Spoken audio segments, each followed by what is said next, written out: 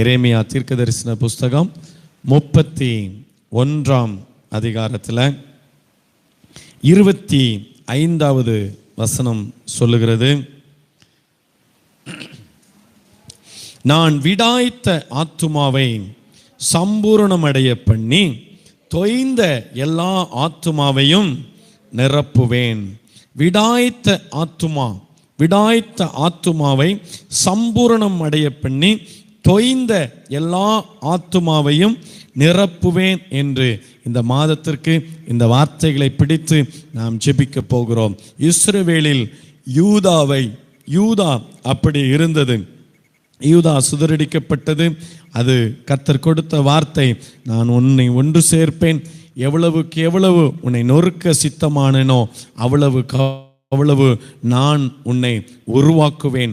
நீ எவ்வளவுக்கு எவ்வளவு தாகமாயிருந்தாயோ பசியாயிருந்தாயோ அவ்வளவுக்கு அவ்வளவு நான் உன்னை தாகம் தீர்ப்பேன், பசியை மாற்றுவேன் என்று கர்த்தர் வாக்கு பண்ணியிருக்கிறார். பாருங்க, விடாய்த்து போய் ஆத்மாவில் ஒரு சோர்ந்து போயிருக்கிற ஆத்மாவில் விடாய்த்து போய் ஒரு காய்ந்த நிலம் தண்ணீருக்காக எப்படி அந்த வறண்ட நிலங்கள் தண்ணீருக்கு தாகமாய் இருக்கிறது போல விடாய்த்து போய் இருக்கிற ஆத்துமாக்களை கர்த்தர் இந்த மாதத்தில் சம்பூரணம் அடைய பண்ண போகிறார்.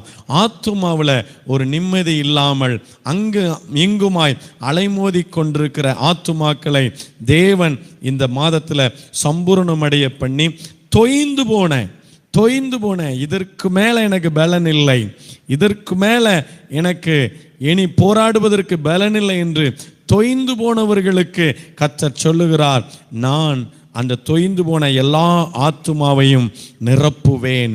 எதினால் தொய்ந்து போய் சோர்ந்து போய் இருந்தாலும் சரி, என்ன காரியத்தில் சோர்ந்து போயிருந்தாலும் சரி, இழப்பு நிமித்தம் சோர்ந்து இருந்தாலும் சரி, வாதை நிமித்தம் சோர்ந்து இருந்தாலும் சரி, தேவை நிமித்தம் சோர்ந்து இருந்தாலும் சரி, நாம் எப்படி சோர்ந்து இருந்தாலும் சரி, கர்த்தர் வாக்கு பண்ணுகிற யூதாவுக்கு அன்று வாக்கருளினார் எரேமியாவின் மூலம். அந்த வாக்கை இன்று நம்முடைய சபைக்கு இந்த சத்தத்தை கேட்கிற ஒவ்வொருவருக்கும் தேவன் தருகிறார். நான் விடாய்த்த ஆத்துமாவை சம்பூரணம் அடைய பண்ணி தொய்ந்த எல்லா ஆத்துமாவையும் நிரப்புவேன் என்று சொல்லி இருக்கிறார். அதே இதில் ஏசாயா 40ஆம் அதிகாரத்தில் 29வது வசனம் சொல்லப்பட்டிருக்கிறது, அவர் சோர்ந்து போகிறவனுக்கு பலன் கொடுத்து சத்துவமில்லாதவனுக்கு சத்துவத்தை பெருக பண்ணுவேன் என்று சொல்லி இருக்கிறார். எது நிமித்தம் இன்று சோர்ந்து இருந்தாலும் கர்த்தர் நிச்சயமாய் ஒரு பலனை தந்து, ஆத்துமாவில் சோர்ந்து போயிருக்கிறீங்களா, இந்த சோர்வையெல்லாம் தேவன் மாற்றி ஒரு புது பலனை கொடுத்து நம்மை நிரப்ப போகிறார். பாருங்க, ஒருவேளை நம்மளுடைய தப்பிதங்கள் நிமித்தமாகவோ நம்மளுடைய தவறுகள் நிமித்தமாகவோ சில காரியங்களை நாம் இழந்திருக்கலாம், சுகத்தை இழந்திருக்கலாம், பலத்தை இழந்திருக்கலாம், ஏதோ ஒரு காரியம் நம்முடைய குடும்பம் இடிக்கப்பட்டிருக்கலாம், நம்முடைய குடும்பத்தை யார் கட்டுவா, நான் இழந்ததை யார் எனக்கு திரும்ப தருவா, நான் இழந்த பலனை நான் திரும்ப எப்படி பெற்றுக்கொள்ளுவேன் என்று இன்றைய தினத்தில் இந்த தேதியின் முதல் தேதியில் சோர்ந்து போய் இருப்போமே. ஆனால் கர்த்தர் சொல்லுகிறார், நான் உன்னை நிரப்புவேன், உன்னை சம்பூரணமடைய பண்ணுவேன் என்று சொல்லி கர்த்தர் சொல்லுகிறார். அதில் பாருங்க, அப்பொழுது 28வது வசனத்தில் சொல்லப்பட்டிருக்கிறது, அப்பொழுது நான் பிடுங்கவும் இடிக்கவும் நிர்மூலமாக்கவும். எரேமியா 31:8 வசனம் சொல்லுகிறது, அப்பொழுது நான் பிடுங்கவும் இடிக்கவும் நிர்மூலமாக்கவும் அழிக்கவும் தீங்கு செய்யவும் அவர்கள் பேரில் எப்படி ஜாக்கிரதையாய் இருந்தேனோ. ஒருவேளை இந்த குறைவுகள் எல்லாம் நம்முடைய மீறுதல் நிமித்தம் வந்திருந்தாலும், நம்முடைய கீழ்ப்படியாமல் நிமித்தம் வந்திருந்தாலும், அதில் எப்படி நமக்கு ஒடுக்குதல் வந்ததோ, எப்படி நஷ்டங்களை அடைந்தோமோ, எப்படி இழப்புகளை சந்தித்தோமோ, அதெல்லாம் ஒரு பக்கம் இருந்தாலும் கர்த்தர் மறுபடியும் சொல்லுகிறார், யூதாவை எப்படி திரும்ப கட்டினாரோ, எப்படி யூதாவை திரும்ப நாட்டினாரோ, எப்படி அந்த இஸ்ரவேல் ஜனங்களை மீண்டும் பலக்க பண்ணினாரோ, அதே போல் நம்முடைய உறவுகளை பலக்க பண்ணுவார், நம்முடைய காரியங்களை பலக்க பண்ணுவார், நம்முடைய சபையை பலக்க பண்ணுவார், நம்முடைய சபையை நிறைப்ப பண்ணுவார். இந்த நாளில் அதை செய்ய போகிறார். அந்த வசனத்தின் முடிவு சொல்லப்பட்டிருக்கிறது பாருங்க. அப்படியே கட்டவும் நாட்டவும் அவர்கள் பேரில் ஜாக்கிரதையாயிருப்பேன் என்று கர்த்தர் சொல்லுகிறார். நம்முடைய குடும்பத்தை கட்டுவதற்கு அவர் ஜாக்கிரதையாயிருக்க போகிறார். நம்முடைய ஊழியத்தை கட்டி எழுப்புவதற்கு அவர் ஜாக்கிரதையாயிருக்க போகிறார். ஒருவேளை இதுவரையிலும் நஷ்டம், இழப்பு இழப்பு இழப்பு என்று சொல்லியிருந்தாலும், லாபமே இல்லை என்று சொல்லியிருந்தாலும், கர்த்தர் எல்லாவற்றையும் லாபமாய் மாற்றி கட்டி எழுப்ப போறார். அதே போலதான் யூதாவை அவர் நொறுக்க சித்தமாயிருந்தார். அதே போல அதை நொறுக்குதலோடு விட்டுவிடாதபடி திரும்பவும் அவர் எழும்பி கட்டினார், நாட்டினார். அதுக்கப்புறம் அதற்கு ஜாக்கிரதையாக இருந்தது போல நம்முடைய குடும்பத்தின் மீது தேவனுடைய ஜாக்கிரதை உண்டாகிறது. தேவனுடைய ஜாக்கிரதை உண்டாகிறது. தேவனுடைய கண்கள் நம்முடைய குடும்பத்தை பார்க்கிறது, நம்முடைய சபையை பார்க்கிறது, தத்தளித்து கொண்டிருக்கிற ஜனங்களை பார்க்கிறது. என் ஜனங்கள் தத்தளித்து கொண்டிருக்கிறார்களே, எப்பிராயீமே எப்பிராயீமே நான் உன்னை எப்படி கைவிடுவேன் என்று சொன்னது போல நம்மை பார்த்தும் சொல்லுகிறார், இந்த மாதத்தில் நான் உன்னை கட்டுவேன், நான் உன்னை நாட்டுவேன். எப்படி இடிக்கப்பட்டிருக்கிறதோ, எப்படி பிடுங்கப்பட்டிருக்கிறதோ அதை கட்டி எழுப்புவேன், திரும்பவும் நாட்டுவேன், உன் முளையை உறுதிப்படுத்துவேன், உன் இடத்தின் கூடாரத்தின் இடத்தை விஸ்தாரமாக்கு என்று கர்த்தர் சொல்லுகிறார். விசுவாசத்தின் எல்லைகளை விஸ்தாரமாக்குவோம். கர்த்தர் நமக்கு உதவி செய்வார். நான் விடாய்த்த ஆத்துமாவை சம்பூரணமடைய பண்ணி தொய்ந்த எல்லா ஆத்துமாவையும் நிரப்புவேன். இந்த வார்த்தைக்காக நான் தேவனை ஸ்தோத்தரிக்கிறேன். இந்த வார்த்தையின்படி இந்த மாதங்களில் நம்மை தேவன் ஆசீர்வதிக்க போகிறார். நிச்சயமாய் நிரப்புவார் என்று நான் நம்புகிறேன்.